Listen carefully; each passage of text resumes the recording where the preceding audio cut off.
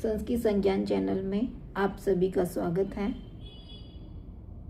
I hope आप सभी लोग स्वस्थ होंगे और अच्छे होंगे और अपना अध्ययन कर रहे होंगे। तो जैसे कि हम पिछले 10 खंड पढ़ चुके हैं, आज 11वां खंड पढ़ेंगे जिसमें अध्यारोप का लक्षण जानेंगे दृष्टांत के द्वारा। क्या कहते हैं? असर्पभूतायाम रज्जो सर्प आरोपवत् वस्तुनि अवस्तु आरोपः अध्यारोपः। अर्थात क्या कह रहे हैं कि ऐसी रस्सी, सर्प यानी कि रज्जो अर्थात रस्सी, सर्प यानी कि सांप। कह रहे हैं कि जो रस्सी है, रस्सी के रूप में सर्प का आरोप करना, उसको ही अध्यारोप समझा जाता है। मतलब साधारण अर्थों में कहने का तात्पर्य ये है कि अध्यारोप वो है जो है नहीं वस्तु, लेकिन उसको समझ लेना। अब अर्थवत के अनुसार चलेंगे। असर्पभूतायाम रज्जो सर्प आरोपवत, यानी कि ऐसी रस्सी जिसका स्वरूप या जो कि किसी भी काल में, यानी कि वर्तमान, भूतकाल और भविष्य काल में जिसका बाध ना हो, यानी कि वो सर्प नहीं है। और आरोपवत, उसमें सर्प के आरोप के समान ही वस्तु में अवस्तु का, वस्तु नहीं यानी कि वस्तु में अवस्तु, यानी कि अवस्तु में आरोप करने को ही अध्यारोप कहते हैं। जैसे इसको हम समझेंगे कि रज्जु है, रज्जु में सर्प का आरोप कर लेना, लेकिन वो सर्प है नहीं, वो भ्रामक ज्ञान के कारण, मतलब भ्रमवश उसको समझ लेता है कि वो सर्प है। और दूसरी बात, जहाँ पे वस्तुनि और अवस्तु का आरोप किया है वहाँ पर कभी कभी क्वेश्चन में पूछ लेता है, कभी क्या मोस्टली पूछता है कि अवस्तु क्या है, वस्तु क्या है। ये जो वस्तुनि, वस्तु यानी कि ब्रह्म, और अवस्तुनि जो ब्रह्म से इतर दूसरी वस्तुएं हैं, जिसको हम समझते हैं कि यही सब कुछ है, वो सब हमारा अज्ञान के कारण ही होता है। तो कहने का तात्पर्य ये है कि जो वस्तु जैसी नहीं है उसका उसी के समान में आरोप कर लेना ही अध्यारोप कहलाता है। आगे लिखते हैं, वस्तु सच्चिदानंदम अद्वयम् ब्रह्म अज्ञान अगादि सकलम जड़ समूह अवस्तु। क्या कह रहे हैं आगे कि अद्वितीय सच्चिदानंद ब्रह्म तत्व ही वस्तु है। जैसे मैंने शुरू में बताया आपको, वस्तु यानी कि ब्रह्म। क्या पूरे संसार में केवल एक ही ब्रह्म है? इस सृष्टि को कौन चला रहा है? केवल ब्रह्म ही चला रहे हैं। ईश्वर तो उसको हम ईश्वर भी बोलते हैं, परमेश्वर भी बोलते हैं, ऐसे उसके विभिन्न नाम हैं, लेकिन वेदांत दर्शन में इसको ब्रह्म के नाम से विख्यात है ये। तो सच्चिदानंद ब्रह्म तत्व ही वस्तु है, और अज्ञान आदि और अज्ञान आदि सकल यानी कि संपूर्ण संसार जो में जड़ पदार्थों का समूह अवस्तु है। यानी कि जो हम जो देख रहे हैं जड़ पदार्थ हैं, वो सारा क्या है? अवस्तु है।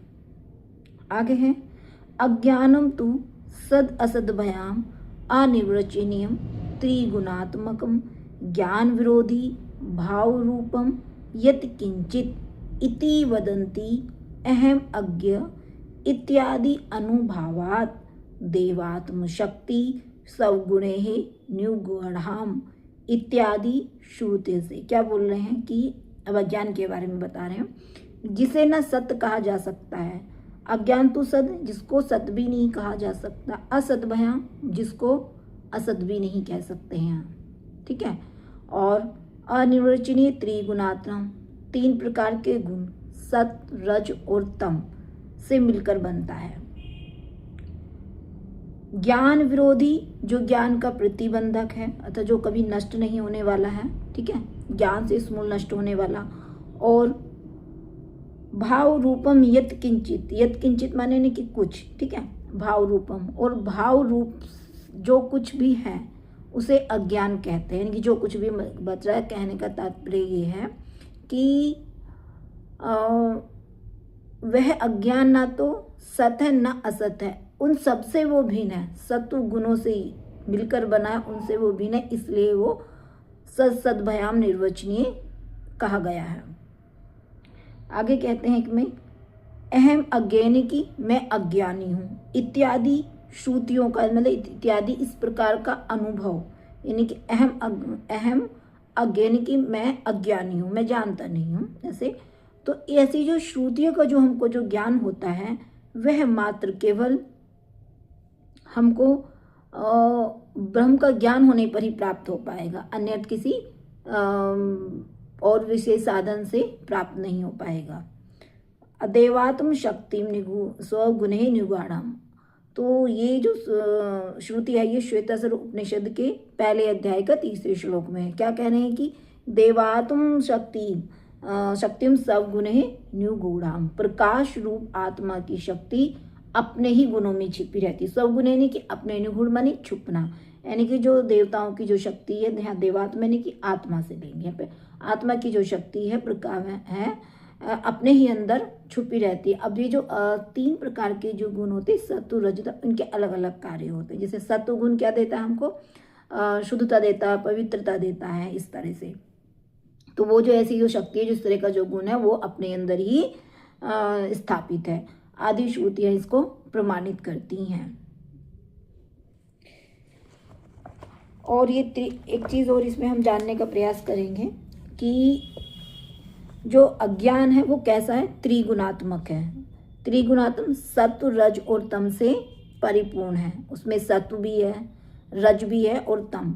तो अज्ञान से जो 3 प्रकार के हेतु जो उत्पन्न होते हैं, अज्ञान से जो तेज, जल, अन्न इत्यादि जो उत्पन्न होता है, उन सब में यह गुण होता है। तेज में लोहित होता है, जल में शुक्ल होता है और अन्न में कृष्ण गुण होता है। धन्यवाद। संस्कृत संज्ञान चैनल में आप सभी का स्वागत है। हम लोग खंड 11 पढ़ चुके हैं, आज पढ़ेंगे खंड 12। और खंड 12 में हम समष्टि का लक्षण पढ़ेंगे कि समष्टि होती क्या है। तो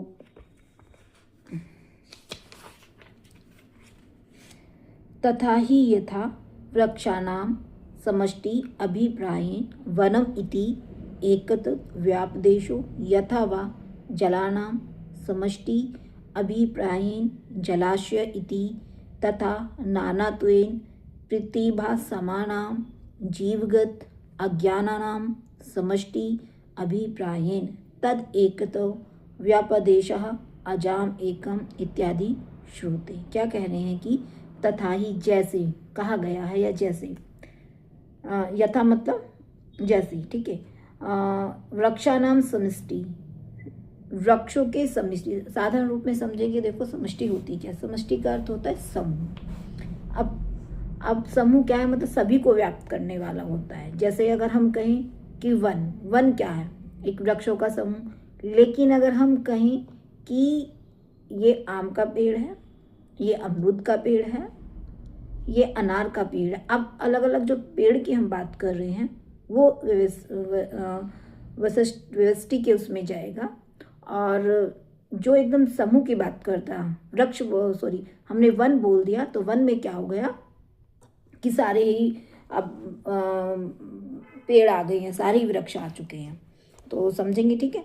तो क्या कह रहे हैं, यथा वृक्षानाम समष्टि अभिप्राय, वृक्षों के समष्टि को, वृक्षानाम वृक्षों के समष्टि को, एक वन, ठीक है। समष्टि अभिप्राय वनमिति, एक वन, और एकतम व्यापादेश यथा वा जलानाम, यानी कि वैसे ही जल की समष्टि को एक जलाशय कहते हैं, ठीक है।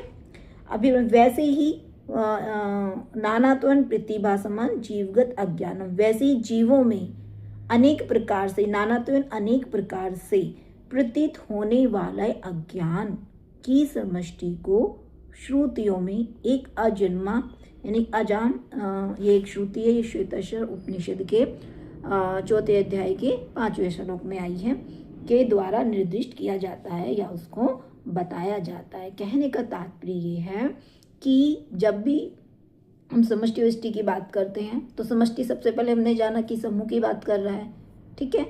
और व्यष्टि इसके विपरीत यानी एक की बात कर रहा है वो।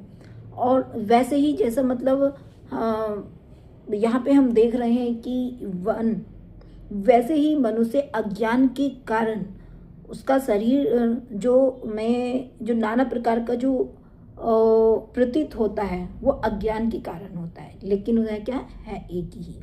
तो आगे पढ़ते हैं। इयम समष्टिः उत्कृष्ट उपाधितया विशुद्ध सतु प्रधाना, यानी कि उत्कृष्ट उपाधि से युक्त होने के कारण यह समष्टि विशुद्ध सत्व प्रधान है। एक चीज़ और याद रखें, जो समष्टि होगी उसमें कौन सा गुण होगा, सत्व होगा, मतलब सत्व प्रधान है, विशुद्ध है, उसमें कोई मिलावट नहीं है। आगे कहते एतद उपहितम चैतन्यम सर्वज्ञतो सर्वेश्वतो सर्वनियंत्रित आदि गुणकम अव्यक्तम अंतर्यामी जगत कारणम ईश्वर इति च व्यापी दृश्यते सकल अज्ञान अवभासकत्वात् यह सर्वज्ञ सर्ववित्। ये सूक्ति आई मुंडकोपनिषद के 1:1 में, ठीक है, इत्यादि श्रुते हैं।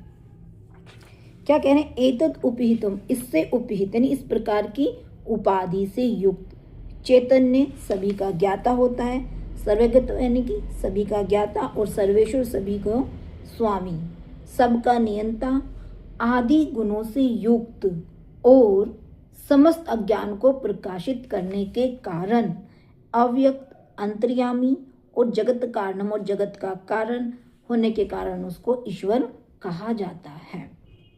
आगे कह रहे हैं कि यह सर्वज्ञ सर्ववित्, यानी कि जो सर्वज्ञ तथा सर्ववित् है, ऐसा मतलब उन्होंने कहा कि जो भी संसार में चीजें चल रही हैं उसको ऐसे ही नहीं कहा गया, उसको श्रुति के द्वारा प्रमाणित करके कहा गया है कि यह सर्वज्ञ है सर्ववित्, यानी कि जो सर्वज्ञ तथा सर्ववित् है। आगे कहते हैं ईश्वर से यह समष्टि अखिल कारणत्वात् कारण शरीरम आनंद प्रचुरत्वात् कोशवद आक्षदक्त्वात् च आनंदमय कोशः सर्व उपरमत्वात् सुषुप्तिः अतएव स्थूल सूक्ष्म प्रपंच लय स्थानम इति च उच्यते। क्या कहते हैं कि ईश्वर से यम समष्टि, ईश्वर की उपाधि रूप इस अज्ञान समष्टि को, यम यानी कि यम करते हैं यहाँ पे अज्ञान समष्टि को, अखिल यानी सभी प्रकार के कारण होने से, कारण शरीर आनंद के प्राचुर्य, आनंद प्रचुर है ना, उसमें आनंद की प्रचुरता होती है, उसमें आनंद होता है, तो कोशवद कोश के समान आच्छादक होने से आनंदमय कोश, और इसी में ही सभी का लय हो जाने से,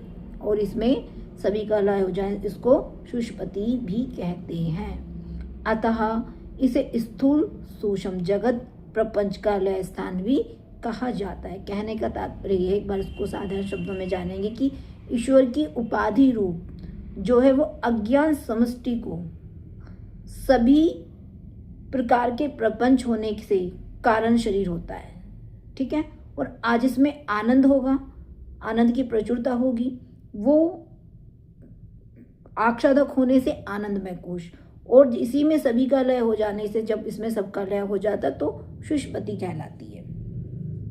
यथा अब समझेंगे व्यष्टि का लक्षण क्या है, ठीक है, अभी हम समष्टि समझ रहे थे। तो यथा वनस्य व्यष्टि अभिप्रायेण इति अनेकत्वात् इति अनेकतो व्यापदेशो यथा वा जलाशय से व्यष्टि अभिप्रायेण जलानि इति तथा अज्ञान से व्यष्टि अभिप्रायेण तद अनेकतो व्यापदेश इंद्रो माया भी पुरुरूप ईयते। ये मंत्र है और ये ऋग्वेद के 6:47 18 में आया, यानी कि छठे मंडल का सकल सूक्त इत्यादि श्रुति है। क्या कह रहे हैं कि जैसे, यथा यानी कि जैसे, वनस्य व्यष्टि, जैसे मैंने आपको शुरू में समझाया था, बताया था कि व्यष्टि नहीं एक की बात करें, तो देखो कैसे बता रहे हैं ये। वन को उसके, वनस्य व्यष्टि, वन को उसके व्यष्टि की दृष्टि से, व्यष्टि अभिप्रायन की दृष्टि से, वृक्षा इति ही अनेकत्व वृक्ष समूह, और व्यापदेशो यथावा जलाशय, जैसे जलाशय आदि की व्यष्टि की दृष्टि से, जलानी इति जल की बूंदों के रूप में अनेक तत्व का बोध होता है। उसी प्रकार अज्ञान के व्यष्टि रूप में अनेक तत्व व्यापादेश अनेक तत्व का भी बोध होता है। क्या कहती है ये श्रुति कि इंद्र अपनी माया के द्वारा, इंद्रो माया भी, इंद्र अपनी माया के द्वारा अनेक रूप धारण करते हैं, क्योंकि उसके पास शक्ति होती है इंद्र देवता के पास, वो जैसा चाहे वैसा ही रूप धारण कर लेता है। वैसे ही वो कह रहे हैं जगत में होते, जो व्यक्ति को भ्रम होता है, उसको मालूम नहीं होता, अज्ञानता के कारण वो सारी चीज़ों को आनंद समझता है, जबकि इन सब चीज़ें क्या है, नश्वर हैं, उनमें कोई आनंद की प्राप्ति नहीं है। ठीक है, आगे है अतः अत्र व्यस्त समस्त व्यापित व्यवस्थी समाश्रिता व्यापदेशः। क्या करें, यहाँ अज्ञान के प्रत्येक पदार्थ में, ठीक है, अत्र माने नहीं कि यहाँ पर, यहाँ से मतलब अज्ञान के प्रत्येक पदार्थ में व्याप्त होने के कारण व्यवस्थी अज्ञान और समष्टिता नहीं कि समस्त रूप में उपस्थित होने के कारण उसको समष्टि अज्ञान कहते हैं। यानी कि एक तरह से कह सकते हैं कि ये जो अज्ञान है वो दो प्रकार का होता है, समष्टि ज्ञान और व्यष्टि ज्ञान। इसको भी हम याद रखेंगे। आगे है एक और, यम व्यष्टि निकृष्टः उपाधितया मलिन सतु प्रधानः। अब ये जो व्यष्टि में क्या होता है, जो व्यष्टि है निकृष्ट उपाधि के कारण, याद रखेंगे ये कैसी है, निकृष्ट है, के मलिन रज तम गुणों से सतु मलिन सतु प्रधान, निकृष्ट उपाधि के कारण मलिन सतु प्रधान है। ठीक है, एक बार फिर से जानने का प्रयास करेंगे इसको। यह में व्यष्टि निकृष्ट उपाधितया मलिन सतु प्रधान, यानी यह व्यष्टि निकृष्ट उपाधि के कारण मलिन सतु प्रधान है, यानी रजतम गुण इसमें है। एतद उपेतम चैतन्यम अल्पज्ञतो अनिश्वरतो आदि गुण प्राग इति उच्यते।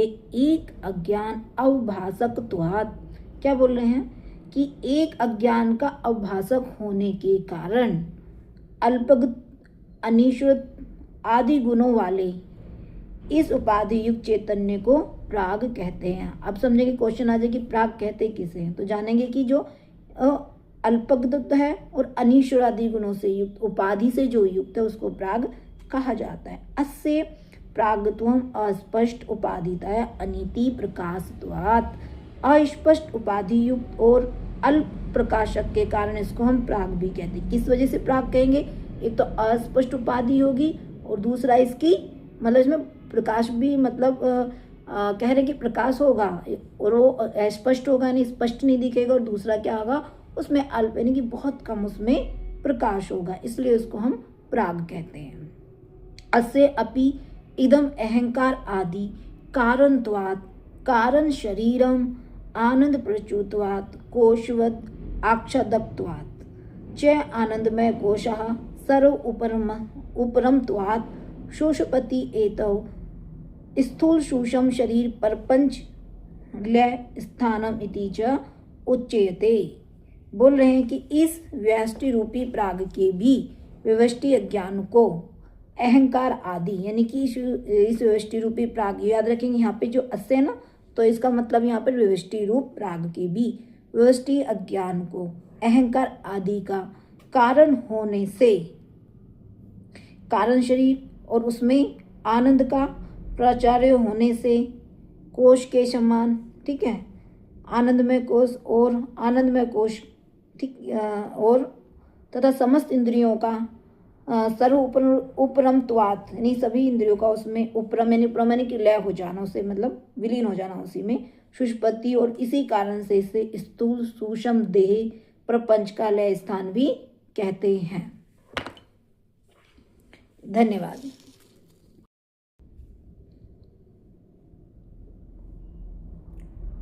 संस्कृत संज्ञान चैनल में मैं आप सभी का स्वागत करती हूँ।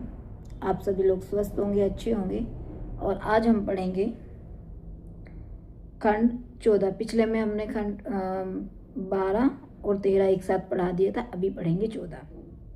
तो कह रहे हैं कि तदानीम एतो ईश्वर प्राज्ञो चैतन्य प्रदीपताभिः अति सूक्ष्माभिः अज्ञान वृत्तिभिः आनंदम अनुभवतः आनंदभुक चेतोमुख प्राज्ञ, ये एक श्रुति है, मांडूक्योपनिषद में आई है। इति श्रुते सुखम अहम आस्वापसम न किंचित अवेदिशम इति उत्थित से परामर्श उपपते च। क्या कह रहे हैं कि तदानीम यानी कि इस अवस्था में ईश्वर तथा प्राज्ञ, यानी ईश्वर यहाँ पे कैसा है, समष्टि वाला, समष्टि की उपाधि से युक्त समझ है, और जो प्राज्ञ व्यष्टि की उपाधि से युक्त है, दोनों ही चैतन्य से प्रदीप्ता भी यानी कि चैतन्य से प्रकाशित होने वाली अज्ञान की एक अति सूक्ष्म वृत्ति के द्वारा आनंद का अनुभव करते हैं। आनंद, जैसे कि श्रुति में बताया है, आनंद भुक चेतो मुखः प्राज्ञः, यानी कि प्राग चैतन्य की सहायता से ही आनंद का भोक्ता होता है। और सोकर उठे हुए, लिखा है ना आगे देखो, सुखम अहम, सोकर उठे हुए, सुख अस्वापसम यानी सोकर उठे हुए सुख का अनुभव करना, मैं सुख का अनुभव कर रहा हूँ, ऐसा सो रहा था, मैं कुछ भी नहीं जानता था, इस अनुभूति से यही प्रमाणित होता है। आगे अन्यो समष्टि विविष्ट हो, वन वृक्ष हो, ईव जलाशय जल हो, ईव वा अभेदः। वन और वृक्ष, ठीक है, वन वृक्ष, वन और वृक्ष, जलाशय है और जलाशय और जल के समान ही ये समष्टि और व्यष्टि परस्पर अभिन्न है, अर्थात एक मतलब एक ही है, उनमें अंतर नहीं है। एतद उपहित्य हो, ईश्वर प्राज्ञ हो, अपि वन वृक्ष अविच्छिन्न आकाशय हो, ईव जलाशय जलगत प्रतिबिंब आकाशय हो, ईव वा अभेदः एष सर्वेश्वर इत्यादि श्रुति। क्या कह रहे हैं, वन और वृक्ष से, ठीक है, वन वृक्ष यहाँ से निकालेंगे तो वन और वृक्ष से सीमित आकाश और जलाशय एवं जल में प्रतिबिंबित आकाश के समान ही समष्टि और व्यष्टि की उपाधि से युक्त ईश्वर और प्राग भी अभिन्न है। जैसा कहा गया कि एष सर्वेश्वर यानी यही सर्वेश्वर है इत्यादि श्रुतियां भी यही प्रतिपादित करती हैं। धन्यवाद। संस्कृत संज्ञान चैनल में आप सभी का स्वागत है। जैसा कि हम खंड 14 पढ़ चुके हैं, आज पढ़ेंगे खंड 15 में तुर्य चैतन्य क्या होता है। तो स्टार्ट करते हैं। वन वृक्ष तद अविच्छिन्न आकाश हो, जलाशय जल तदगत प्रतिबिंब आकाश हो, व आधारभूत अनुपहित आकाशवद अन्यो अज्ञान तद उपहित चैतन्य हो आधारभूतम। क्या कह रहे हैं कि वन और वृक्ष, ठीक है, वन वृक्ष और उनके द्वारा अविच्छिन्न तदन्य उनके द्वारा आच्छादित आकाश या, ठीक है, जलाशय और जल, ठीक है, जलाशय और जल तदगत उनमें ही प्रतिबिंब आकाश के आधारभूत उपाधि रहित आकाश के समान ही समष्टि आधारभूत यद अनुपहितम चैतन्यम तत् तुर्यम इति उच्यन्ते। जैसे शिवम अद्वैत चतुर्थम मन्यन्ते, ये मांडूक्य उपनिषद में आई हुई है कि आधारभूत आकाश के समान ही समष्टि और व्यष्टि अज्ञान और अज्ञान रूप उपाधि से युक्त चैतन्य का आधारभूत जो निरूपदिक चैतन्य है उसे तुर्य कहते हैं। जैसा कि बताया है कि शिवम अद्वैत चतुर्थम मन्यन्ते, कि जो शांत मंगलमय और अद्वैय है यानी कि जिसमें कोई द्वैत ही नहीं है उसे चतुर्थ कहते हैं, ऐसा श्रुतियों में भी आया है। तो मतलब एक समझना है हमको कि जो तुर्य चैतन्य स्वरूप क्या है, कि जो आकाश के समान ही समष्टि है और व्यष्टि अज्ञान और अज्ञान की रूप उपाधियों से युक्त चैतन्यों का जो आधारभूत जो निरूपदिक चैतन्य है उसे तुर्य कहा जाता है। उसमें मतलब कि कोई और अन्य तत्व नहीं होता है, मात्र वो केवल ब्रह्म ही होता है, इसलिए वह तुर्य के नाम से जाना जाता है। इदम एव तुर्यम शुद्ध चैतन्यम अज्ञानादि तद उपी चैतन्य भयाम तप्त अयः पिंडवद अविक्तम सन महावाक्य से वाच्यम विविक्तम सन लक्ष्यम इति च उच्यते। अर्थात यह तूर्य या शुद्ध चैतन्य ही तप्त लोह पिंड के समान अज्ञान आदि, ठीक है, इदम एव तूर्य यानी कि ये तूर्य मतलब ये शुद्ध चैतन्य ही तप्त, कैसा, तपा हुआ, ठीक है, तपा हुआ, तप्त यहाँ से निकालें, तप्त अया पिंड बधा यानी कि वे तपा हुआ लोह पिंड के समान ही अज्ञान आदि उन उपाधियों से युक्त चैतन्य से पृथक नहीं किया होने पर भी ये महावाक्य, 4 महावाक्य हैं, तत्वमसि, अहम ब्रह्मास्मि, और 2 और हैं, अयम आत्मा ब्रह्म, और एक और मेरे को याद नहीं आ रहा, ठीक है, होने पर तत्वमसि महावाक्य का वाच्यार्थ है। और विविक्ति अर्थात विविक्ति का मतलब पृथक किया होने पर भी उसका लक्ष्यार्थ होता है। वो कह रहा है कि जब ऐसा होने लग जाए तो उसको क्या होता है, तत्वमसि उसे महावाक्य की प्रतीति होने लगती है। धन्यवाद। मैं डॉक्टर रश्मि पाल संस्कृत संज्ञान चैनल में आप सभी का स्वागत करती हूँ। आज हम पढ़ेंगे खंड 16 अज्ञान के विषय में। अस्य अज्ञानस्य आवरण विक्षेप नामकम अस्ति शक्ति द्वयम, यानी कि इस अज्ञान की 2 शक्तियाँ होती हैं, आवरण और विक्षेप। मैं आपको पहले साधारण शब्दों में बता देती हूँ कि आवरण शक्ति क्या होती है और विक्षेप क्या होता है। जैसे कि आवरण क्या होता है, ढक देना किसी चीज़ को, आच्छादन साधारण से, ठीक है, और विक्षेप शक्ति का होता है उद्भावन, यानी कि किसी चीज़ को उत्पन्न कर देना। अब हम देखेंगे इसको कि वेदांत परिभाषावली में कि सत्य में असत का ही उद्भावन होता है और आवरण में सत्य को आवृत कर लेना।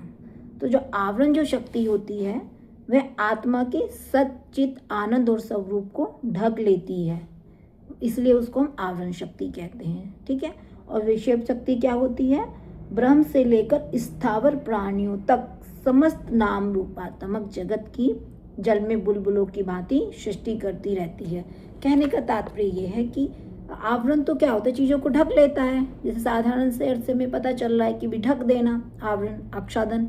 तो जब व्यक्ति का जो मतलब संसार में जब वो जन्म लेता है, वो देखता है कि ये सारी चीज़ें मोह माया है, लेकिन ऐसा क्या, उसकी जो मतलब उसका जो ज्ञान है वो सारा अज्ञान में, मतलब उसे अज्ञान हो रहा है, भ्रम हो रहा है कि ये चीज़ें आनंददायक, लेकिन वे आनंददायक नहीं होती है। उसी का पर्दे को हटाना ही उसकी बुद्धि एकदम से वो क्या हो चुकी है, ढक चुकी है। तो वह आवरण शक्ति होती है। लेकिन विक्षेप शक्ति क्या होती है, उसके विपरीत होती है। जो बुद्धि जो मतलब कि जो है उसमें ज्ञान का प्रकाश उसमें विकसित कर देना, ठीक है। अब जैसे मनुष्य का जब जन्म होता है तो वो ब्रह्म से लेकर उस स्थावर प्राणियों तक समस्त नामारूपतम, उसके विभिन्न प्रकार के नाम होते हैं। जगत की जल में बुलबुले होते के समान, वो जैसे जब जल होता है कुछ कंकड़ डालते हैं तो वो बुलबुले उठते हैं, तो ऐसे वो सृष्टि कर देती है। तो यही विक्षेप शक्ति है। अब इसको हम जानेंगे कि वेदांत दर्शन में इसको मतलब किस तरह से परिभाषित किया गया है।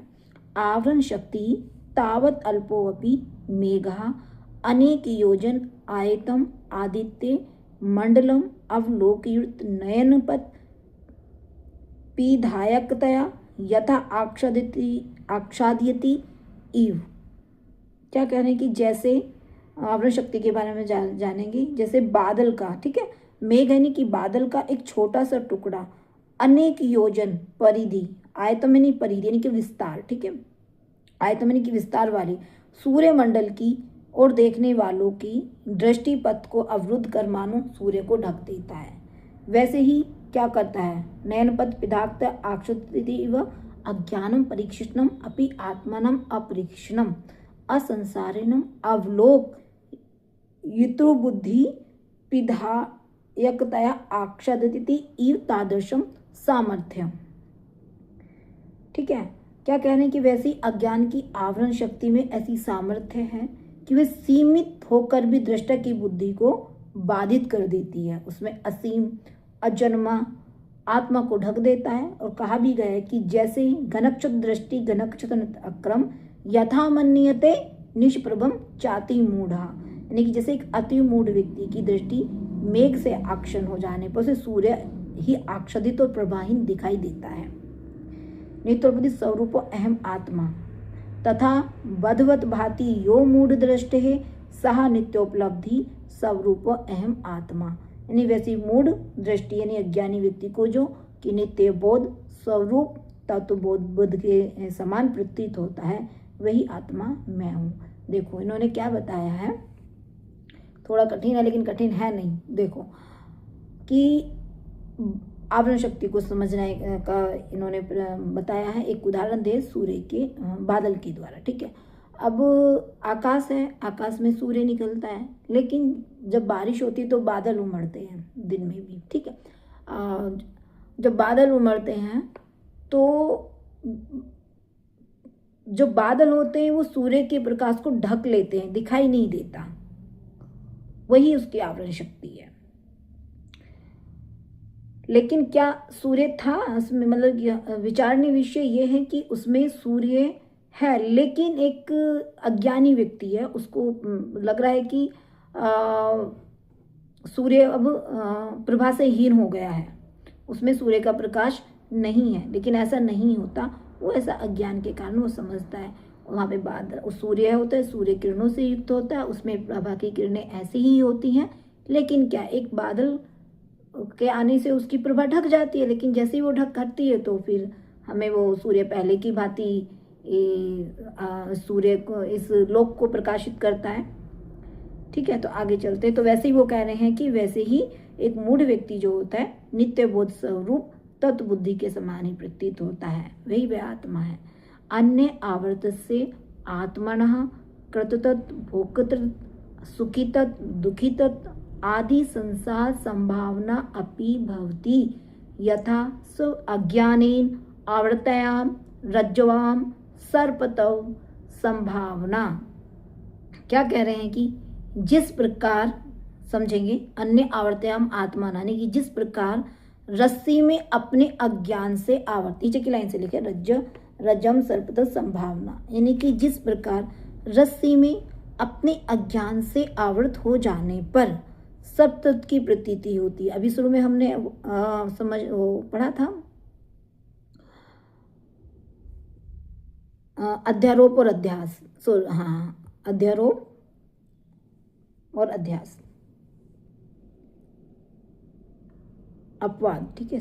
तो क्या हो रहा था वहाँ पे, हम रस्सी को ही सब समझ रहे थे, लेकिन सब तो था ही नहीं, सिर्फ अज्ञान के कारण जान रहे थे। तो कह रहे कि जिस प्रकार रस्सी में अपने अज्ञान से आवृत हो जाने पर सब तत्व की प्रतीति होती है, उसी प्रकार इस आवरण शक्ति से, देखो पहले हमने समझा दिया था उसमें, उसी प्रकार इस आवरण शक्ति से आवृत होने पर आत्मा में कैसे होते हैं, आत्मा में जब अज्ञान हो जाता है तो व्यक्ति अपने आप को समझ नहीं पाता है, ठीक है। तो यही कहना चाहिए, शक्ति से आवृत होने पर आत्मा में कृततत् भोक्तत् सुख दुख इत्यादि से युक्त संसार की संभावना होने लगती है। विषेप शक्ति को जानेंगे। विषेप शक्ति ही तू यथा रज्जु अज्ञानम सव आवर्त रज्जो सव शक्त्या सर्पादि कम उद्भावयति एवं अज्ञानम अपि स्व आवर्त आत्मनि शव शक्त्याः आकाशादि प्रपंचम उद्भावयति तादृशम सामर्थ्यम तदुक्तम विषेप शक्ति ही लिंगादि ब्रह्मांडांत ब्रह्मांडांत जगत सृजेत। ये वाक्य सुधा में एक ग्रंथ है और उसमें आया ये वाक्य, ठीक है। क्या कह रहे हैं, विषेप शक्ति तू यथा यानी कि जैसे रस्सी के बारे में अज्ञान अपनी आवरण शक्ति से आवृत करके उसमें सर्प आदि का बोध उत्पन्न करता है, वैसे ही अज्ञान भी अपनी आवरण शक्ति से आत्मा को आवृत करके आकाशादि प्रपंच को दिखाता है, यानी जो पंच महाभूत होते हैं, और इस सामर्थ्य को ही वो विक्षेप शक्ति कहते हैं। कहा भी गया विक्षेप शक्ति लिंगानी विक्षेप शक्ति लिंग शरीर से लेकर संपूर्ण ब्राह्मण तक जगत का सृजन करती है।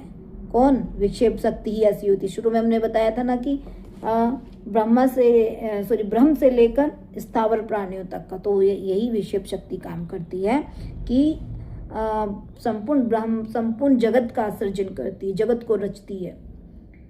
धन्यवाद।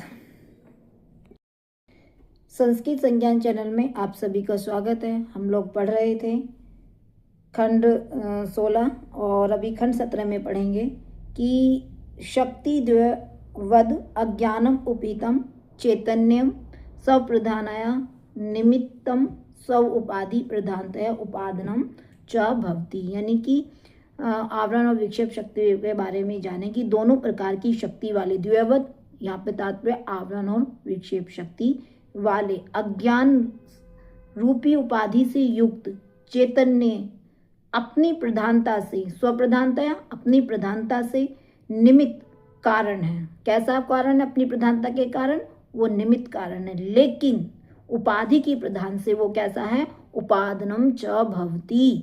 और उपाधि की प्रधानता से वो उपादान कारण है। सीधा सा समझेंगे, जो चैतन्य होता है वो कैसा है? अपनी प्रधानता से वो कर रहा है, ठीक है, ब्राह्मण की वो सृष्टि रच रहा है तो वो निमित्त कारण हो जाएगा, लेकिन अगर उपाधि से कर रहा है तो वह उपादान कारण होगा। जैसे यथा लूता तंतु कार्यम प्रीतिसु प्रधानतन्या निमित्तम सब शरीर प्रधानताया उपादानम च भवति। यानी कि क्या कह रहे हैं? जैसे मकड़ी अपनी प्रधानता से जाला बुनती है तो वो क्या है? निमित्त कारण है, और अपने शरीर की प्रधानता से वो उपादान कारण है।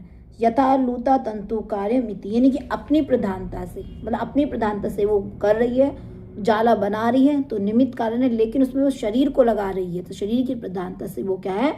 उपादान कारण है।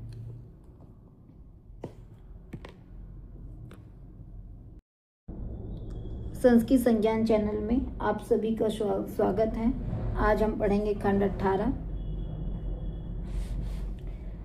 तमः प्रधान विक्षेप शक्तिवद अज्ञान उपहित चैतन्याद आकाशः आकाशाद वायुः वायोः अग्निः अग्नेः आपः अद्भयः पृथ्वी च उत्पद्यते एतस्माद् आत्मनः आकाश संभूता इत्यादि श्रुति। क्या कह रहे हैं कि तम प्रधान, यानी कि तम गुण से युक्त विक्षेप शक्ति वाले अज्ञान और उपाधि के साथ युक्त चैतन्य से आकाश, समझने का प्रयास करेंगे, पेपर में बहुत बार क्वेश्चन आता है कि तमस गुण से प्रधान, यानी कि तम प्रधान विक्षेप शक्ति। अच्छा, एक चीज़ मैं आपको बताना चाहूँगी, जो विक्षेप शक्ति होती है उसमें तमोगुण होता है, बाकी दो गुण भी होते हैं सत्व रज भी, लेकिन उनमें उनकी मात्रा कम होती है, लेकिन तमोगुण बहुत अधिक मात्रा में इसलिए होता है, इसलिए तमोगुण प्रधान है ये। तो अज्ञान की जो मतलब तमह प्रधान, यानी कि विक्षेप शक्ति तमस गुण प्रधान वाले अज्ञान उपाधि के साथ युक्त चैतन्य से आकाश, ठीक है, आकाशाद पंचमी व्यक्ति, आकाश से वायु, ठीक है, वायु अग्नि, वायु से अग्नि, और अग्नि से आपा माने जल, और अग्नि से जल, आपः अद्भ्यः पृथ्वी, और जल से पृथ्वी उत्पन्न होती है। जैसा बताया भी गया है कि श्रुति में तैत्तिरीय उपनिषद में आया है कि एतस्माद् आत्मनः आकाश संभूतः, यानी इस आत्मा से आकाश उत्पन्न हुआ है। अब है तमोगुण की प्रधानता। तेषु जाड्याधिक्य दर्शनात् तमः प्राधान्यम तत्कारणस्य तदानीं सत्वरजः तमांसी कारण गुण प्रक्रमेण तेषु आकाश आदिषु उत्पद्यन्ते। क्या बोल रहे हैं कि इन आकाश में, तेषु यानी कि इन आकाश में, मतलब आकाश यानी कि आकाश आदि पंच महाभूत, आकाश वायु अग्नि जल पृथ्वी, ठीक है, ये पंच महाभूत हैं, में जड़ता का आधिक्य परिलक्षित दिखाई देता है, दर्शनात् यानी कि दिखाई देता है, जिस कारण में तमस की प्रधानता, तम प्रधान है जिस कारण तमस की प्रधानता है। उस सृष्टि के समय सदानी सतु, उस सृष्टि के समय गुण प्रकरणेम तेषु आकाश आदिशु उद्पदन्ते, कारण के गुण संक्रमित होने से आकाश आदि में सत्व रजतम उत्पन्न होते हैं। एतानि एव सूक्ष्म भूतानि तन्मात्राणि अपंचीकृतानि च उच्यन्ते। इन सूक्ष्म भूतों को ही तन्मात्राएं और अपंचीकृत भूत कहते हैं। क्या कह रहे हैं कि जो पंच महाभूत हैं उनको तन्मात्राएं भी कहा जाता है और अपंचीकृत भूत भी कहा जाता है। एतभ्यः सूक्ष्म शरीराणि स्थूल भूतानि च उच्यन्ते, यानी कि इन्हीं से, किनसे, इन आकाश आदि सूक्ष्म भूतों से सूक्ष्म शरीर और स्थूल भूत भी उत्पन्न होते हैं। आज के लिए इतना ही, धन्यवाद। संस्कृत संज्ञान चैनल में आप सभी का स्वागत है। आज हम पढ़ेंगे खंड 19 सूक्ष्म शरीर के बारे में, कि सूक्ष्म शरीर कैसे बनता है, और सूक्ष्म शरीर को ही लिंग शरीर भी कहते हैं। सूक्ष्म शरीर वेदांत दर्शन में 17 तत्वों से मिलकर बना है और सांख्य दर्शन 18 तत्वों को मानता है, जिसमें वो अहंकार को भी परिलक्षित करता है, ठीक है। और शतपथ ब्राह्मण में भी सूक्ष्म शरीर का वर्णन हुआ है, जहाँ पर उन्होंने 17 ही तत्व बताए हैं कि सप्तदशः प्रजापति।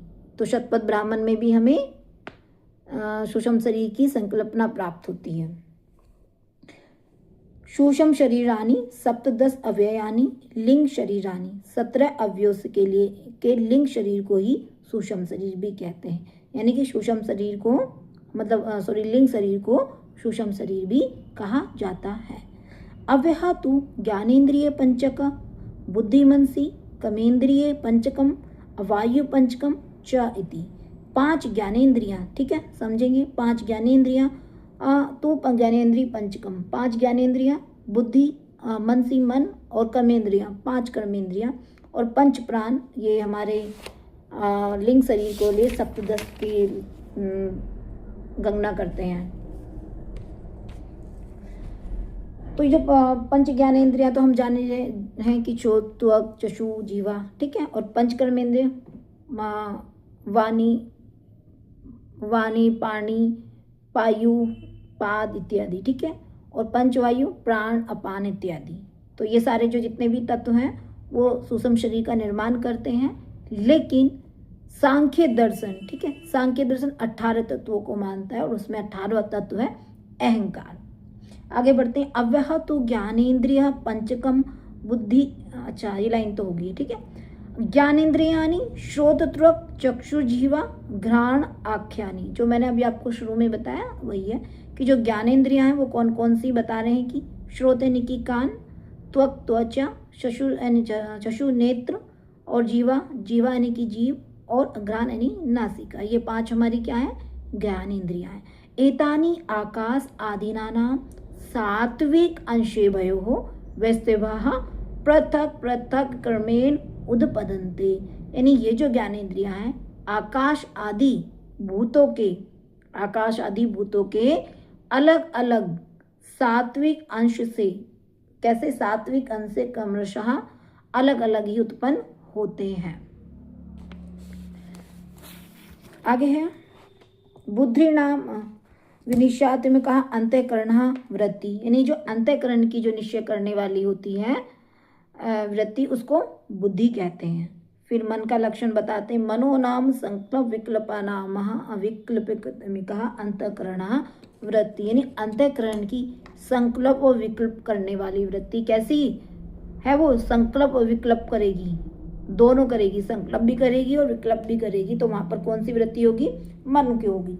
अन्यो एव चित अहंकार्यो अंतर्भावः, आगे कह रहे हैं कि इनमें, इन यानी कि कौन सी, अन्य से मतलब यहाँ पे बुद्धि और मन, ठीक है। क्या, बुद्धि और मन में चित्त और अहंकार का समावेश होता है। समझेंगे कि बुद्धि का किस में समावेश होगा, चित्त में होगा, अहंकार हो, और मन का अहंकार में समावेश होगा। अनुसंधानतिमिका अंतःकरणः वृत्ति चित्तम, यानी अंतःकरण की खोज या स्मरण करने वाली वृत्ति को हम चित्त कहेंगे। तो चित्त का लक्षण क्या है, अनुसंधानात्मिकता अंतःकरण वृत्ति ही चित्तम, यानी अंतःकरण की खोज या स्मरण कराने वाली वृत्ति चित्त है। आगे अहंकार का लक्षण है अभिमानात्मिकता अंतःकरण वृत्ति अहंकार, यानी अंतःकरण में मैं रूप का यानी अभिमान कराने वाली वृत्ति अहंकार, यानी कि जो कहते हैं कि मैं ही हूँ, से सब कुछ खुद को ही खुद सारी चीजें समझना, वो अहंकार की श्रेणी में आती हैं। एते पुनः आकाश आदिगत सात्विक अंशे भयो मिलित भये उदपदन्ते, यानी कि ये जो है कौन से, मन बुद्धि चित्त और अहंकार, चार चीजें याद रखेंगे इसमें, मन बुद्धि चित्त और अहंकार आकाश आदि के मिश्रित सात्विक अंशों से ये उत्पन्न होते हैं। एतेषां प्रकाशतमकत्वात् सात्विक अंश कार्ये त्वम, प्रकाश स्वरूप होने के कारण ये सात्विक अंशों के कार्य भी कहलाते हैं।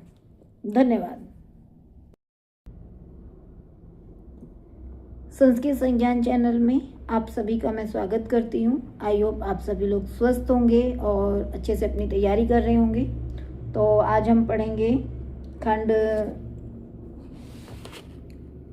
20 और खंड 20 में देखते हैं क्या क्या चीज़ें हैं। देखिए चीज़ का लक्षण दिया है। हाँ,